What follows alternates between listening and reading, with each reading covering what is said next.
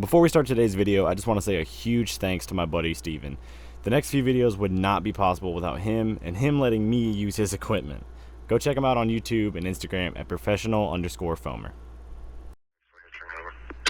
Hey, it's Malvin again, Mark. We are in the clear, over. Clear the main line. Marker's coming down, thank you. Mark, how many before we might get another shot? I go dead 1,800, but what does it look like?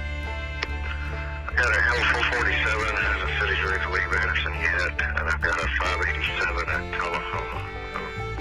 Which one you think will be first? It's probably going to be the local. He's getting a little short on time. I understand. The north and the south. Thanks, sir. All right, thank you. 6 minutes.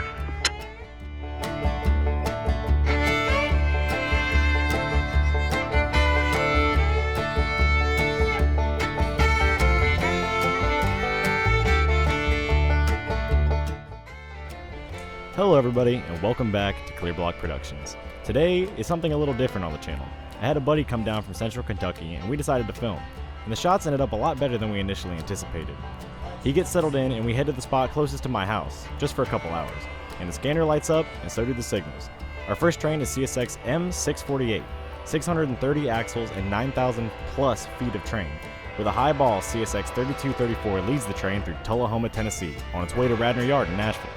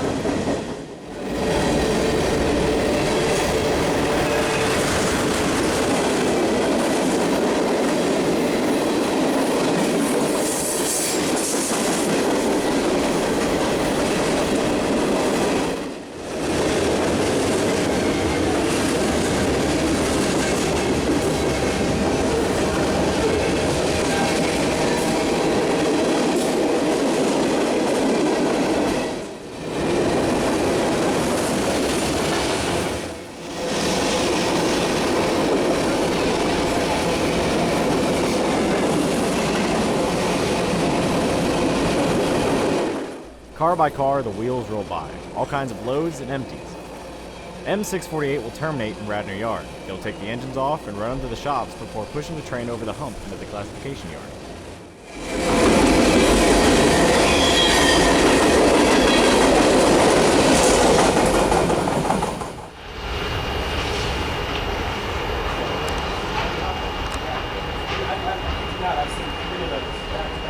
The second 648 clears, the scanner lights up. It's the Decker defect detector just a few miles south of here.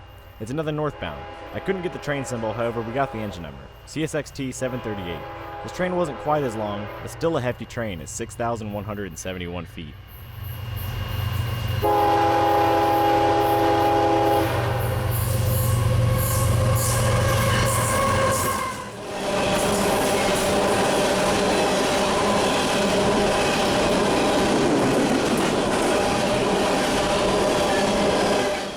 All empty coal, I'm assuming coming back from a Florida or Georgia power plant.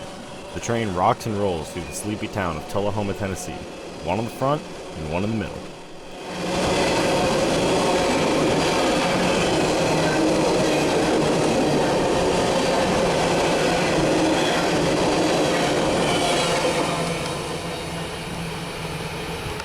The empty coal train makes its way into the night, and we pick up right where we left off the next morning.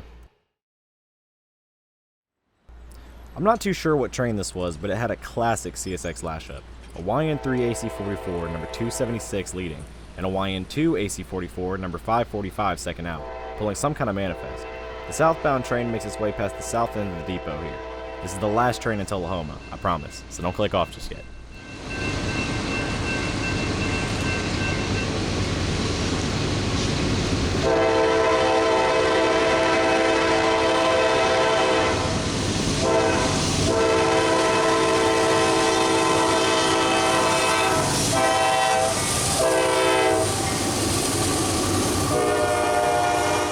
Once the head end goes by, we decided the plan for today. We're going to chase this train south, all the way through Deckard, Cowan, Sherwood, Anderson, and finally into Stevenson. And we ended up getting some amazing shots. A full steam engine, tender, flat car, caboose, 44-ton switcher, and boxcar all stand true to their native railroads, mostly NC and St. L, as they overlook a lifeline for CSX. Most people know Cowan, Tennessee for the tunnel burrowing through the Cumberland Plateau. The line, to my knowledge, used to be owned by the NC and St. L before getting bought out by the L&N in 1957. This is one of the only manned helper operations in this region, making it pretty special. We chased them all the way to Cowan, Tennessee. We set up by the museum as we hear on the radio that the helpers are on the bottom end and are ready to go, given the signal. And just like that, they're back underway. Unfortunately for this train, it'll be stop and go all the way to Bridgeport, Alabama.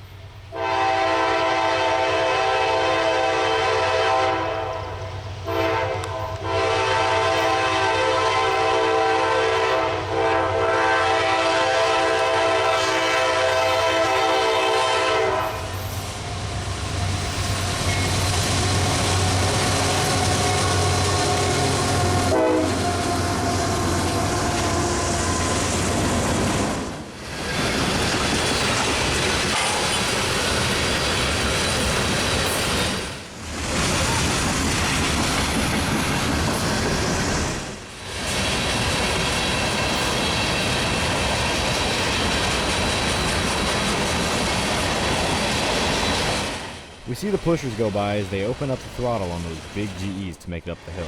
In this shot you're about to see the head end was probably already in the tunnel. Kind of puts PSR era trains into perspective.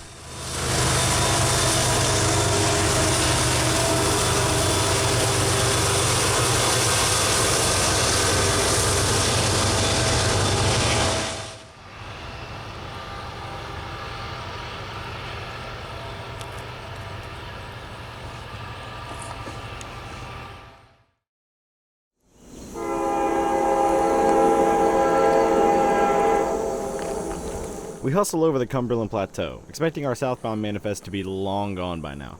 But to our surprise, he stopped here in Sherwood, and we notice quickly he's meeting a northbound. I am led to believe that it's a very late M584 just because of the rolling stock and time of day he came through, but I digress. We end up getting a really cool meet, and that echoing K5HL keeps getting closer. Led by an ES40 DC, the train rounds the bend to meet our southbound, and what a shot it was.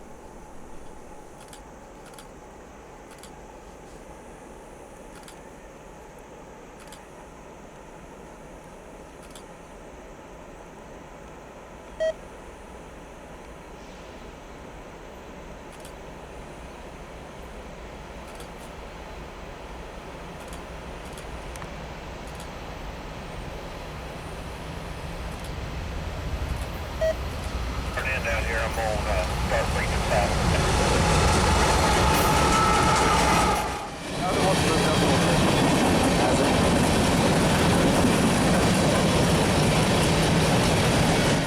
Side note, I'm going to preface this by saying this is my first time operating a camera in like 7 or 8 years. So bear with me if the shots are a little wonky. It improves over the video, I promise.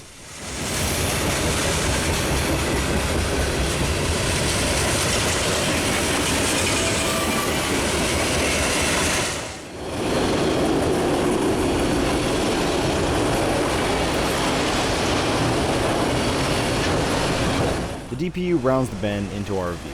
At this point, it's starting to look like M584 is slowing down, so I'm led to believe this was a saw-by. And a saw-by on a super siding is quite crazy. These trains are absolute monsters now.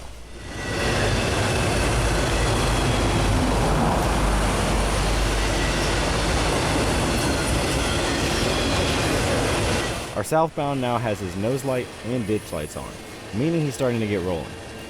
The shot of our southbound passing perfectly lined up with the EOT on 584. You couldn't ask to be in a better spot for a meet.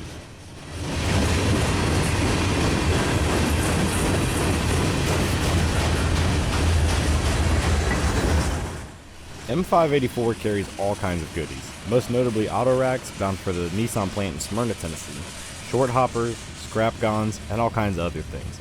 He always ends up being around 10,000 feet. I didn't get his length today though.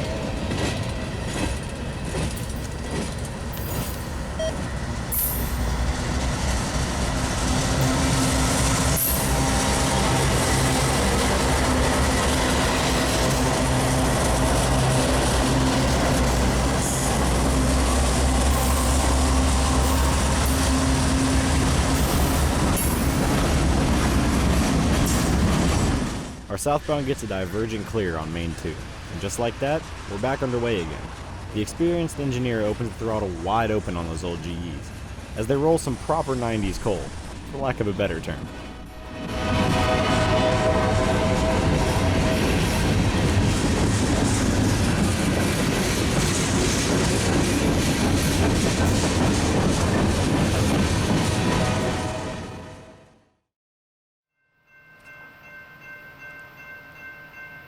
I don't have a whole lot of room for commentary on this shot, but it doesn't need much explaining.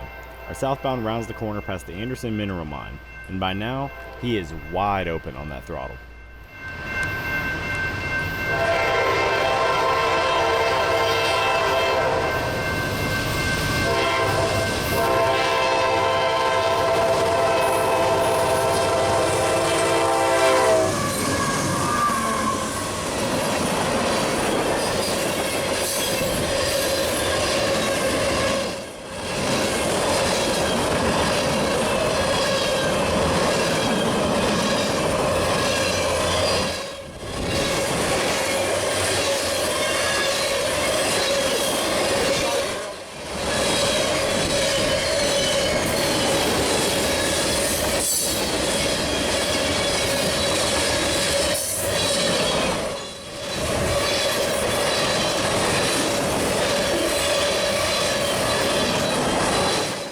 Unfortunately, that's all the time we have for today, guys. Next video, we will pick up right where we left off, just over the border. If you like this video, drop a like, comment, whatever you can do. It gets me put out on recommended.